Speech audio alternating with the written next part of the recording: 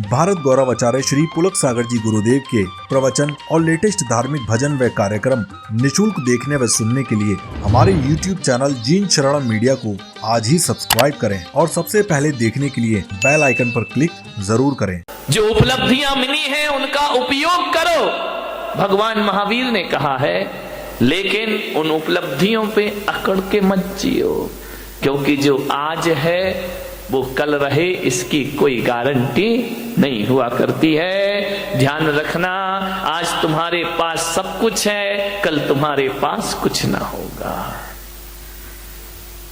बुलंदी देर तक किस शख्स के हिस्से में रहती है, बुलंदी देर तक किस शख्स के हिस्से में रहती है।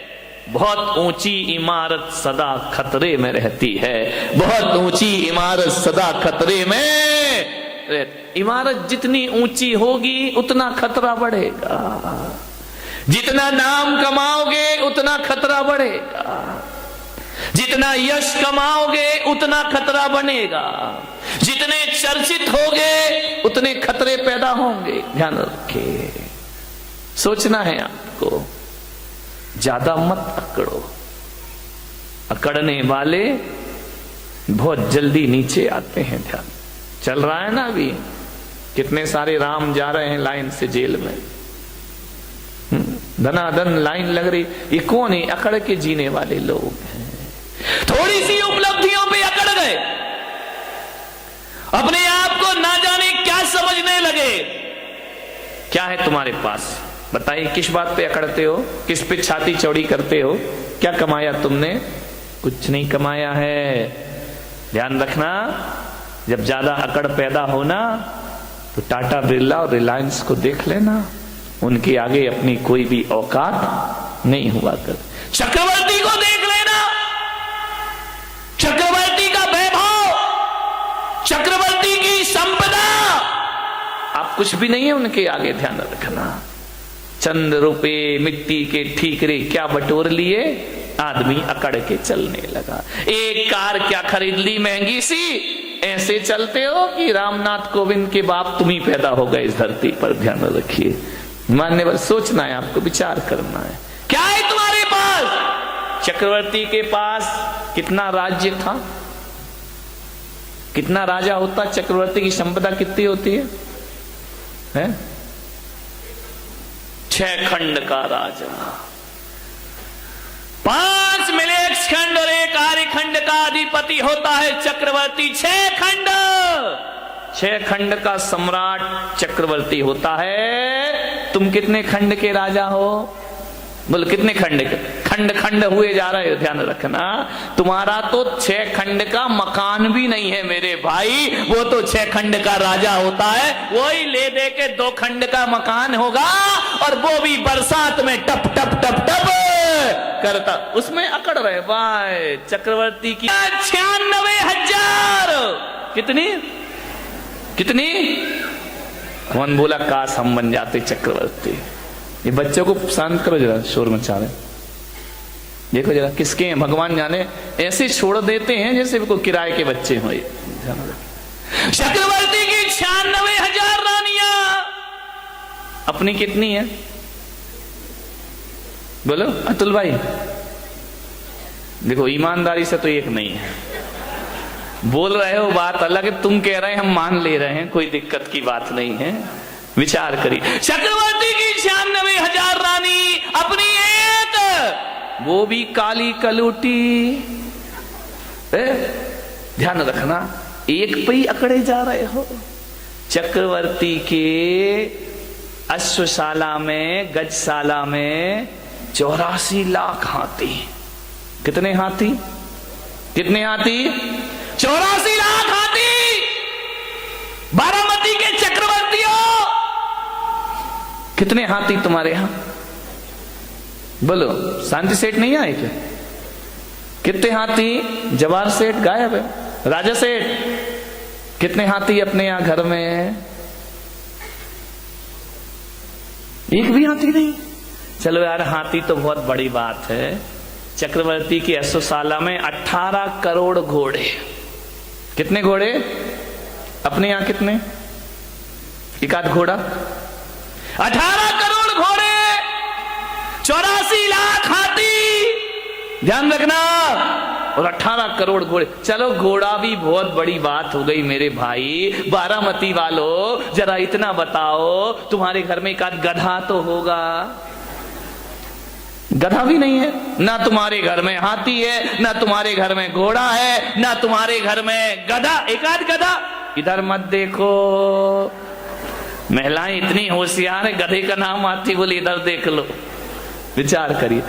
84 लाख हाथी, 18 करोड़ घोड़े, तुम्हारे घर में एक गधा भी नहीं है मेरे भाई। गधा रखने की हैसियत नहीं है तुम्हारी, और अकड़ इतनी है कि शायद चक्रवर्ती के बाप से भी ज्यादा अपने आप को समझ। क्या औकात है चक्रवर्ती के? चपरासी की भी हैसियत अपनी। मालूम है चक्रवर्ती भरत के घर में 365 रसोई है। खाना बनाने वाले कितने थे? 365। तुम्हारे घर में काम वाली कितनी है? एक है, वो भी इसकी 2 महीने से तनख्वाह नहीं दी, वो भागने के चक्कर में। ध्यान रखिए, विचार करिए, 365 रसोई है। वो कहते हैं कि चक्रवर्ती अपनी जिंदगी में एक बार जिस थाली में भोजन कर ले, दोबारा वो थाली उसकी टेबल पर नहीं आती है। ध्यान रखना, सोने चांदी के बर्तनों में भोजन करने वाला चक्रवर्ती मान्यवर कुछ नहीं है अपने पास। अकड़ अकड़ के मत घूमो। क्या हैसियत है हमारी, क्या औकात है हमारी? जब अहंकार आए, मान कसाए आए, तो चक्रवर्ती को याद करना, सारा मान मिट्टी में मिल जाएगा मेरे भाई, और मार्दव धर्म तुम्हारे जीवन में प्रारंभ हो जाएगा। आज उत्तम मार्दव धर्म है, होना चाहिए, बहुत होगा तुम्हारे पास, मैं विरोध नहीं करूंगा, लेकिन जो भी है उस पे अकड़िए मत। झुक कर मिलिए, हाथ जोड़कर मिलिए, व्यवहार अच्छा रखिए, विनम्रता से मिलिए। एक बात याद रखना, तुम महंगी कार में बैठकर जैन भवन तो आ सकते हो, महावीर भवन, लेकिन एक बात याद रखना, अहंकार की कार में बैठकर मोक्ष की यात्रा नहीं हुआ करती है। मोक्ष की यात्रा यदि करना है तो अहंकार की कार से उतरना पड़ेगा। अहंकार की कार पे बैठकर मोक्ष की यात्रा नहीं होती, विनय के विमान में बैठकर निर्वाण की यात्रा हुआ करती। झुको, विनम्रता, ये आपके जीवन को सफलता दिलाएगी। अकबर जब दान करता था ना, बहुत बड़े दानवीर हुए अकबर। जब अकबर दान करता था, निर्धनों को, गरीबों को, जरूरतमंद को, तो दान करते समय अकबर की निगाहें झुकी रहती थी। लोगों ने कहा कि सम्राट, बादशाह, आप सारी दुनिया को दान देते हैं, आपको तो बड़ा सिर उठा के दान देना चाहिए। अकबर ने कहा कि नहीं, मैं सिर झुका के देता हूं। बोले क्यों? बोले मैं देता ही क्या हूं? बोले आपके दर पे जो आता है आप उसे जरूर दिया करते हैं। अकबर ने कहा मैं कुछ नहीं दिया करता हूं, ना मेरी औकात है कि मैं कुछ दे सकूं। अकबर ने कहा कि मैं कुछ नहीं देता। तो बोले आपकी निगाहें नीचे क्यों होती है? बस बोले मैं अंदर इतना ही चिंतन चलते रहता है कि ये जो मैं दे रहा हूं ये मेरा नहीं है, देने वाला तो ऊपर वाला होता है। अरे ये मेरी किस्मत है कि उसने मेरे हाथों को स्वीकार किया और लोगों को देना मैंने प्रारंभ किया। देनहार कोई और है, भेजत है दिन रैन। देनहार कोई और है, भेजत है दिन रैन। लोग भरम मेरो करे, याते नीचे। लोग कहते कि हम दे रहे हैं, आपने बोलियां ले ली, पैसा दे दिया, दान कर, ये आपने नहीं किया। ध्यान रखना, पैसे तो वेश्या के पास भी होते हैं मेरे भाई, लेकिन उस वेश्या के पैसों की कोई कीमत नहीं हुआ करती है। पैसा आपके पास भी है। पैसे वाला वो नहीं होता है जो पैसा जोड़ जोड़ के रखता है। पैसे वाला वो होता है जो दोनों हाथ लुटाने की ताकत रखा करता है। ध्यान रखिए, अकबर ने कहा कि मैं कुछ नहीं दे रहा हूं, ऊपर वाला दे रहा है। ध्यान रखना, आप दान नहीं कर रहे हैं, थोड़ा सा दान करके मेरा नाम नहीं लिखा, मेरा नाम नहीं आया, मेरा फोटो नहीं छपा, धरती मान महाविश्वरूप करही नीच गति जगत में। ध्यान रखिए, कुछ नहीं, जब भी दान देने का भाव जगे अकड़ना मत। हमने इतना दिया और हमें पूछे ही नहीं, हमें माला ही नहीं पहनाई, हमारा नाम ही नहीं लिया, हमने इतना काम किया, हमें कुछ सम्मान ही नहीं मिला। मान महाविश्वरूप करही नीच गति। ध्यान रखना, यदि संतों का कोई काम कर दिया तो कोई एहसान नहीं कर दिया है, एहसान तो संतों ने तुम पर कर दिया जो तुम जैसों से सेवा स्वीकार कर ली। ध्यान रखना, आपके ऊपर संत का एहसान है, आपने संत पे कोई एहसान नहीं किया। ध्यान रखना, अकबर ने कहा एहसान तो ऊपर वाले का है जिसने मुझे इस योग्य बना दिया। ध्यान रखिए, देनहार कोई और है, भेजत है दिन में। लोग भरम में रो करे याते नीचे में। मेरे भाई, माधव धर्म कहता है किसी का परोपकार करो तो इस हाथ से करो और उस हाथ को पता नहीं चलना चाहिए। ध्यान रखना, खबर ही नहीं होना चाहिए। वह माधव धर्म। 1000 रुपए का, 500 रुपए का पंखा क्या दे देते हो, हर पंखुड़ी पे नाम, फलाने सेठ की स्मृति में, उनके पुत्र, उनके पौत्र। कमाल हो गया। एक पंखे में मैंने देखा इतने नाम लिखे, इतने नाम लिखे। वो तो गनीमत थी कि पंखा 3 पंखुड़ी का था, 4 का होता तो और पुरखों के नाम भी उसमें आ जाते। अब कुछ लोगों को ये भ्रांतियां हो गई हैं कि जहां पर जैन मुनि रहते हैं वहां पानी नहीं गिरता है। मैं उनसे कहता हूं, यदि आंखें हो तो देखें इंदौर में क्या हो रहा है, पानी ही पानी हो रहा है। और ना जाने मेरे साथ ऐसा क्यों होता है। मैंने जयपुर चातुर्मास किया, 6 साल से वहां पानी नहीं गिरा था। और जिस दिन हमारे कलश की स्थापना हुई वहां झमाझम बरसात हो जाया करती है। यहां पर हमारे वो लोग भी बैठे हैं जो हर चातुर्मास में जाते हैं। नागपुर में स्थापना हुई, झमाझम बरसात हुई, ग्वालियर भीगा, आगरा भीगा, मुंबई के भीगने की तो बात ही मत करो। सूरत में पानी, उदयपुर पानी, बांसवाड़ा पानी। और कहते हैं कि इंदौर में पानी नहीं था, इस बार पानी ही पानी हो गया। लोग भ्रांतियां पाल लेते हैं।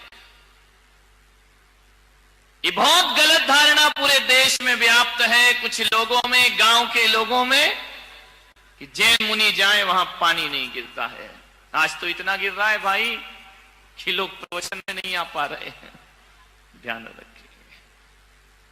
मैंने कहा था ना इंदौर वालों, दशहरा मैदान में जो प्रवचन होंगे, ऊपर से ऊपर वाला बरसेगा और नीचे से मैं बरसूंगा। आप ऊपर से भी भीगेंगे और अंदर से भी भीग जाएंगे। ध्यान रखिए, हरियाली ही हरियाली।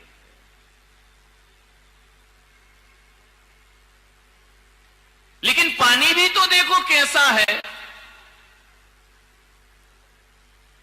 अभी तक के प्रवचनों में दिन भर पानी गिरा, लेकिन प्रवचन के समय नहीं गिरा।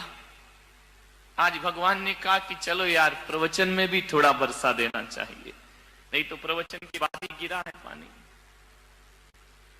कोई बात नहीं, भीगते रहो।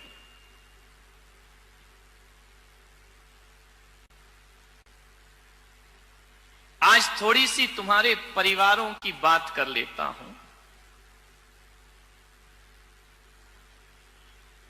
तुम्हारे घर की बात कर लेता हूं।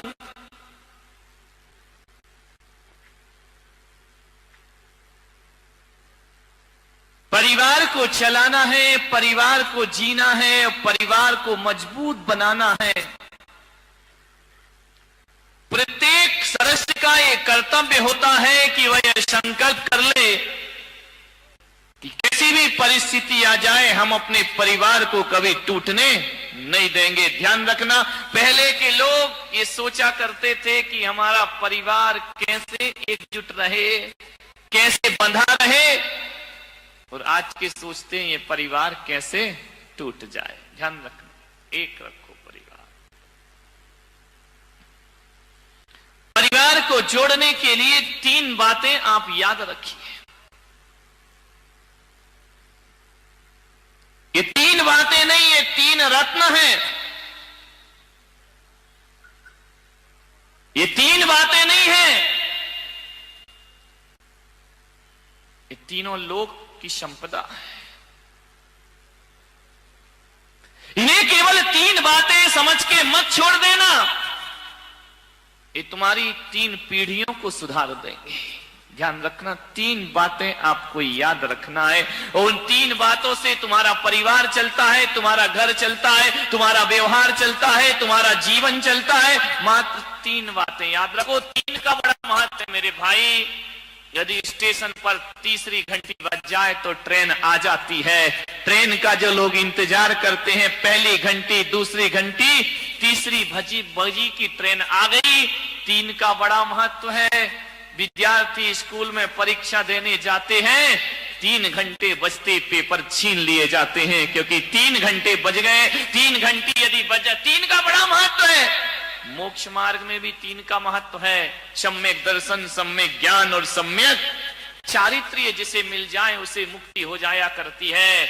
और तुम्हारे रसोई घर में जाके देखो तो प्रेशर कुकर की 3 सीटी बज जाए तो भोजन पक जाया करता है, फिर और 4थी सीटी का इंतजार नहीं हुआ करता है। और जिंदगी को देखो तो बचपन, जवानी और बुढ़ापा, यहां भी 3 है, और 3 ही रोग लगे हैं। महावीर कहते हैं तुम्हारी जीवन में जन्म, जरा और मृत्यु। पूजा में पहले यही सोच के तो जल चढ़ाते हो ना कि जन्म का नाश हो जाए, जरा का नाश हो जाए और मृत्यु का ना। और जिस दुनिया में तुम रहते हो उसमें भी 3 लोक हैं, ऊर्ध्वलोक, मध्यलोक और पाताल लोक। एक पाताल लोक है, एक नरक लोक है, मनुष्य लोक है और स्वर्ग लोक। ये 3 ध्यान रखना, 3 हर जगह महत्वपूर्ण होते हैं। वैदिक परंपरा कहती है ब्रह्मा, विष्णु, महेश 3, और जैन परंपरा कहती है कि जासो पूजो परम पद देव शास्त्र गुरु 3। 3 का ही महत्व, जहां जाओ वहां 3 है। और ये मत सोचना कि 3 तिगाड़ा काम बिगाड़ा। 3 से काम बन भी जाता है और 3 से काम बिगड़ भी जाया करता है। 3 का बड़ा महत्व होता है। 3 से ही हमारी दुनिया चलती है। 3 से, और कहते ना, 1 बार माफ करो ठीक है, 2 बार माफ करो ठीक, तीसरी बार कोई माफ नहीं करता। ध्यान रखना, सोचना है आपको, 3 का बड़ा महत्व है। और जिस घर में 3 बहुएं हो, समझ गए ना, ये नहीं तो वो नहीं तो वो नहीं तो एक वाली कहां जाएगी बेचारी, कोई ठिकाने ही नहीं है।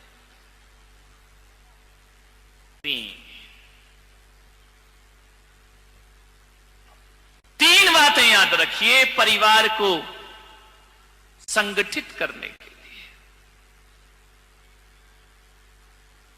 3 बातें यदि स्मरण में रहे, उन्हें केवल बात समझ के मत छोड़ना। 3 बातें।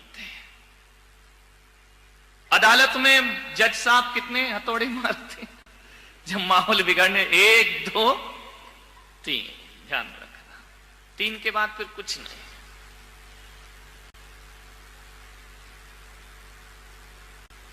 समझ लो तो ये 3 बातें जीवन का बहुत बड़ा सूत्र है।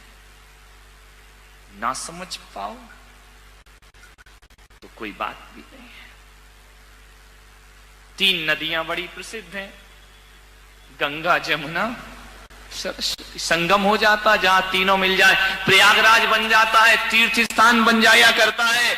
इसलिए 3 ही दे रहा हूं, उसे चाहे गंगा समझो, चाहे जमुना समझो, तुम्हारी मर्जी है। सरस्वती समझो, तुम्हारी मर्जी है। अरे सम्यक दर्शन समझो तो तुम्हारी मर्जी है। सम्यक ज्ञान, सम्यक चारित्र समझो तो तुम्हारी मर्जी है। और जीवन में 3 का ही महत्व होता है। एक माँ का महत्व होता है, एक महात्मा का महत्व। ध्यान रखिए, मैं पुलक सागर कहता हूं, यदि तुम मुझे सच्चा गुरु मानते हो तो पेन बना के मुझे जेब में मत डालो मेरे भाई। ध्यान रखना, अपनी जेब में बंद करने के लिए गुरु बनाया है क्या? मैंने कहा एक बात ध्यान रख, अरे दीवारों पे तस्वीर लगाए वो सच्चा भक्त नहीं होता, दिलों में तस्वीर बसा ले वो सच्चा भक्त हुआ करता है, जो दिलों में बसा के रखता है। ध्यान रखें, धड़कनों में बसा के रखता है। इनमें क्या होगा, फोटो पेन में कुछ नहीं होता है, सब बेकार की चीज। मान्य मान महाविश्वरूप करहि नीच गति जगत में। अहंकार से बचो। अहंकार बड़ा मीठा है। एक शराब वो होती है जो मुंह से पी जाती है, और एक शराब वो होती है जो कान से पी जाती है। ध्यान रखना, मुंह से पी शराब तो चढ़ के रात सुबह उतर जाती है, लेकिन जो शराब कानों से पी जाती है उसका नशा जिंदगी भर भी उतरने वाला नहीं है। कान से जगत में खुद की प्रशंसा में। एक बार क्या हुआ, यमराज धरती पर आए और यमराज ने कहा अपने यमदूतों से कि जाओ, उस मूर्तिकार का समय हो गया, उसे लेकर के आइए। यमदूत आए। मूर्तिकार बड़ा होशियार था, बड़ा बुद्धिमान था, ऐसी मूर्तियां बनाता था, ऐसी मूर्ति कि मूर्ति को देख के आप कह नहीं सकते थे कि असली है या नकली है। एक बार उस मूर्तिकार ने सोचा कि यार दुनिया से मुझे भी जाना पड़ेगा, एक दिन नंबर आएगा। किसी वकील ने सलाह दे दी कि एक काम कर, तुझे यदि यमराज यमदूत लेने आए तो थोड़ा सा धोखा दे देना मौत को धोखा। बोले हाँ। तो यमराज मालूम है मूर्तिकार ने क्या किया, वकील की सलाह पर अपने जैसे 7 पुतले बना लिए, और एक दिन जब यमदूत लेने आए तो 8वीं जगह खुद जाके खड़ा हो गया। यमदूत ने देखा कि यार इसमें कौन है मूर्तिकार, खाल खिंचाए और मैं ना कहे दूध भात नित खाए। ध्यान रखिए, विचार करिए, मैं नहीं छोड़ पाया मूर्तिकार। आदमी यदि मौत की गिरफ्त में आता है, मैं के कारण आता है। ध्यान रखिए, मृत्यु का मतलब ये नहीं होता कि शरीर छूट गया तो हम मर गए। मैं तो कहता हूं जिस आदमी की यश कीर्ति जिस क्षण मर जाती है, जीते जी आदमी धरती से मर जाया करता है। जिस समय आपकी प्रतिष्ठा मर गई, जिस समय आपकी इज्जत मर गई, जिस समय आपकी सम्मान मर गया, वह मृत्यु दंड से कम नहीं हुआ करता है। ध्यान रखिए, मौत वो नहीं कि यमराज उठाकर ले जाएं। जिस समय हमारी ख्याति मर जाती है, समझना आदमी उसी क्षण मृत्यु को प्राप्त, फिर तो वो जीना नहीं है, वो तो जिंदगी को ढोना हुआ करता है। ध्यान रखिए मान्यवर, आपसे मेरा निवेदन है, अहंकार से बचने का प्रयास करिए।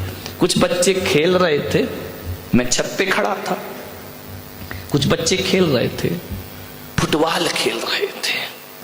फुटबॉल में क्या होता है आपको मालूम है? एक लात इधर से पड़ती है, एक लात उधर से पड़ती है। जहां जाती है फुटबॉल, वहां क्या होता है, उसे लात पड़ती, जहां जाए वहीं किक मारी जाती है, कोई भी हाथ से नहीं उठाता है, जहां गई वही लात पड़ी। फुटबॉल ने मुझसे कहा, महाराज मेरी जिंदगी कैसी जिंदगी है, जहां जाओ वहीं लात पड़ती है। बच्चों के पास जाओ एक किक लगा देता है, बड़ों के पास जाओ वो लात मार देते हैं, ऊपर उछलती है फिर लात मारी जाती है। फुटबॉल जहां जाएगी वहां लात खाएगी। फुटबॉल ने कहा, मुझे बचाओ महाराज, मैं ऐसी जिंदगी कैसे जीऊंगी, बताइए मुझे लात क्यों मारी जाती है। फुटबॉल खेलिए कभी, जय कुमार से खेलिए ना, वॉलीबॉल नहीं, फुटबॉल जो पैरों से पिटती है, पैरों से पिटाई होती है उसकी, जमीन पे बटका जाता है, जहां जाओ वहां मारी जाती है। फुटबॉल बोली, महाराज मैं इतनी पिटती क्यों हूं,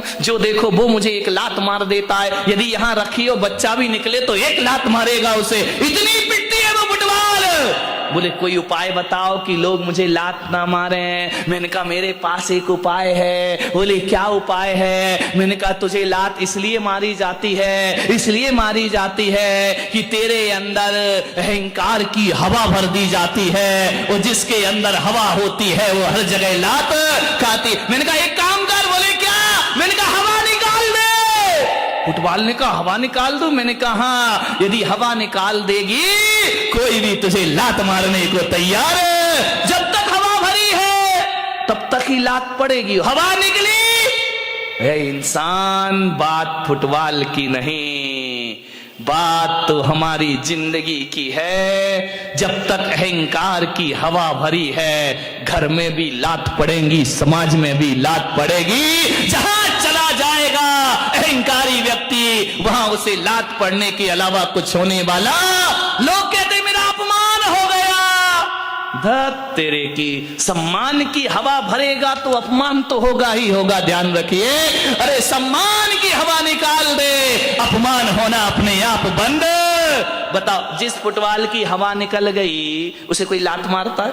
बोलिए, लात मारते हैं क्या? जिसे लात पड़ रही थी जब हवा भरी थी, हवा निकल जाए तो लोग लात से नहीं, उस निकली हुई हवा की फुटबॉल को आदमी हाथ में उठा लिया करता है। ध्यान रखिए, जो व्यक्ति अहंकार छोड़ देता है, इंसान तो क्या भगवान उसे हाथों पे उठा लिया करते हैं। आज मार्दव धर्म है, मार्दव धर्म यही कह रहा है, अकड़ो मत। एक बार क्या हुआ, रोटी और जिसपे वो करते हो क्या होता है, बेलन से तो यूं होती है, उसके नीचे चकला, चकला ही बेलना धार, चकला, समझ गए? चकला, बेलन, बेलन तो ज्यादा समझते होंगे, उपयोग जल्दी होता है। एक महिला से बाजू वाली की महिला बेलन मांगने आई। बोले बेलन देना बहन, अपना बेलन दे दे। उसने कहा क्यों? बोले पति आ रहे हैं। उसने कहा जल्दी लौटाना। बोले क्यों? बोले मेरे भी आ रहे हैं। ध्यान रखिए, मान्यवर। रोटी बेली जा रही है, बेलन और चकले पर, छोटी सी होती है, उसको जब मालूम है ना कि अब रोटी मंगाऊं यहीं पे, उसको जब बेलन गोल गोल बेलता है तो रोटी बड़ी हो जाती है। और जैसे ही रोटी बड़ी हुई, रोटी ने कहा है चकले भाई, ओ चकले टकले, और ओ बेलन। बोले क्या? बोले मुझे दे, तू उतना का उतना ही है, मैं कितनी बड़ी हो गई, तेरे हाथों में खेली इतनी बड़ी हो गई, चकले के बराबर हो गई। कितनी बड़ी हो गई मैं बहुत बड़ी हो गई। बेलन ने कहा तो बड़ी हो गई तो इतनी अकड़ काहे को रही है, बड़ी तो हमारी वजह से हुई। अरे बोले वजह कुछ भी हो, मैं दुनिया में सबसे बड़ी हो गई। बेलन ने कहा ए रोटी, ज्यादा मत अकड़, ये जो तू बड़ी बनी है ना, इसकी कीमत चुकाना पड़ेगी। बोले क्या कीमत चुकाना पड़ेगी? बोले देख, अब जैसे ही बड़ी हुई है, ये महिला तुझे हाथों में लेगी और लेने के बाद गरम गरम तवे पर डाल देगी। अरे बोले डाल देगी तो मजा आ जाएगा। बोले क्या मजा आएगा? बोले मैं फूल के और बड़ी हो जाऊंगी। अब उसमें गैस भरेगी, सिकेगी, और ऐसा मुंह फूल गया जैसे महिलाओं का फूल जाता है, रोटी फूल गई। बोले ज्यादा मत अकड़, तेरी जैसी कई रोटियां मैंने देखी, असंख्यात रोटी मेरे जीवन में आई। बोले क्या हुआ? बोले जब तू बड़ी बनती है, तुझे तवे पे डाला जाता है, तू और अहंकार में फूलती है, और जब अहंकार फूलता है तो तुझे मालूम है क्या होता है? बोले नहीं मालूम, क्या होगा? बोले मालूम कर ले, होगा ये, तेरे टुकड़े टुकड़े करके थाली में परोस दिया जाएगा। ज्यादा अकड़ेगी तो टुकड़े टुकड़े हो जाए, तेरे टुकड़े हो जाएंगे। और यदि किसी बूढ़े की थाली में चली गई तो टुकड़े ही नहीं होंगे, तुझे दाल में मसल भी दिया, जाएगा। ध्यान रखिए, रोटी तेरे जैसी 1000 रोटियां मैंने बड़ी होते और टूटते हुए देखी हैं, लेकिन एक बात रख, मैं चकला अहंकार नहीं करता, ना मैं बड़ा होता ना मैं छोटा होता हूं, मैं जैसा हूं वैसा ही रहता। चकले की तरह जिंदगी बनाना है या रोटी की तरह? ध्यान रखना, रोटी तो फूल जाती है, फूलती है, जो अकड़ता है उसे यमराज बहुत जल्दी पकड़ता है। ध्यान रख, बहुत जल्दी पकड़े जाओगे। मान्यवर, उत्तम मार्दव धर्म है। समय हो गया, 10 बज गए। आपसे यही निवेदन करूंगा, अहंकार को छोड़िए। कंचन तजना सहज है, सहज त्रिया का ने, मान बड़ाई ईर्षा दुर्लभ तजनाए। धन छोड़ना आसान है, स्त्रियों का त्याग करना आसान है, कपड़े छोड़ना आसान है। ध्यान रखना, बड़े बड़े साधु संत भी सब कुछ छोड़ देते हैं, अहंकार नहीं छोड़ पाते हैं। ध्यान रखना, मान बड़ाई ईर्ष्या दुर्लभ तजना, सबसे दुर्लभ है अहंकार को छोड़ना। ध्यान रखिए, महावीर भगवान कहते हैं कि तन की तपस्या तपस्या नहीं होती, तपस्या तो मन से होना चाहिए। शरीर के कपड़े उतार के फेंकना कोई बहुत कठिन काम नहीं है, केस का लॉन्च भी करना बहुत कठिन काम नहीं है, एक समय भोजन करना कोई कठिन काम नहीं है, उपवास करना कोई कठिन काम नहीं है, पद विहार करना कोई कठिन काम नहीं है। अरे सबसे कठिन काम यदि कोई है तो अहंकार और ईर्षा को छोड़ना सबसे कठिन काम हुआ करता है। बड़े बड़े साधु संत भी अहम और वहम को नहीं छोड़ पाते हैं। ध्यान रखिए, मान्यवर, अहम छोड़िए, मालिक जो भी दे दे तो कर ले कबूल, कभी कभी कांटों में खिलते हैं फूल। ध्यान रखिए, जो मिला है प्रभु की कृपा है। ध्यान रखना, नहीं मिला तो सोचना, यदि नहीं मिला तो सोचना ये मेरी नादानी थी। ध्यान रखना, नहीं मिला तो ये सोचना ये मेरी नादानी थी, और मिल गया तो सोचना ये प्रभु की मेहरबानी थी। ध्यान रखिए, मार्दव धर्म जीवन में आ जाएगा। नहीं मिले तो नादानी, मिल जाए तो प्रभु की मेहरबानी। ध्यान रखो, राम कृष्ण बुद्ध महावीर जीसस सब कुछ पाके भी इनका सब कुछ खो गया था। ध्यान रखिए, लेकिन ये लोग वो महापुरुष रहे जो अहंकार में नहीं जिए। मेरे भाई, जितना विनम्र हो सको, जितना सरल हो सको, जितने छोटे बन सको उतना लाभ होगा। ध्यान रखना, बड़े बनने में कुछ नहीं होता, बड़ा हुआ तो क्या हुआ, जैसे पेड़ खजूर पंथी को छाया नहीं, फल लागे अति दूर। छोटे बनो, बाहर से नहीं भीतर से छोटे बनो। कोई किसी पर एहसान कर दिया तो आंख भर आए कि नहीं, प्रभु की कृपा है, मेरे पास क्या है, कुछ भी किसी के पास नहीं। मान्यवर, अहंकार से बचने का प्रयास करें। आज दिन भर की साधना होना चाहिए, इसमें मत जियो अपने जीवन में कि हमने ये किया, हमने वो किया, हमने वो किया। तुमने कुछ नहीं किया मेरे भाई, जो उसने कराया वो हमसे हो गया। ध्यान रखिए, आप सबने सुना, अनुग्रहित हो। सभी लोग मंत्र जाप करेंगे। ओम ह्रीम उत्तम मार्दव धर्मंगाय नमः।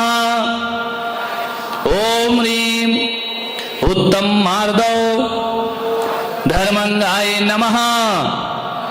ओम ह्रीम उत्तम मार्दव धर्मंगाय नमः। ओम ह्रीम उत्तम मार्दव धर्मंगाय नमः।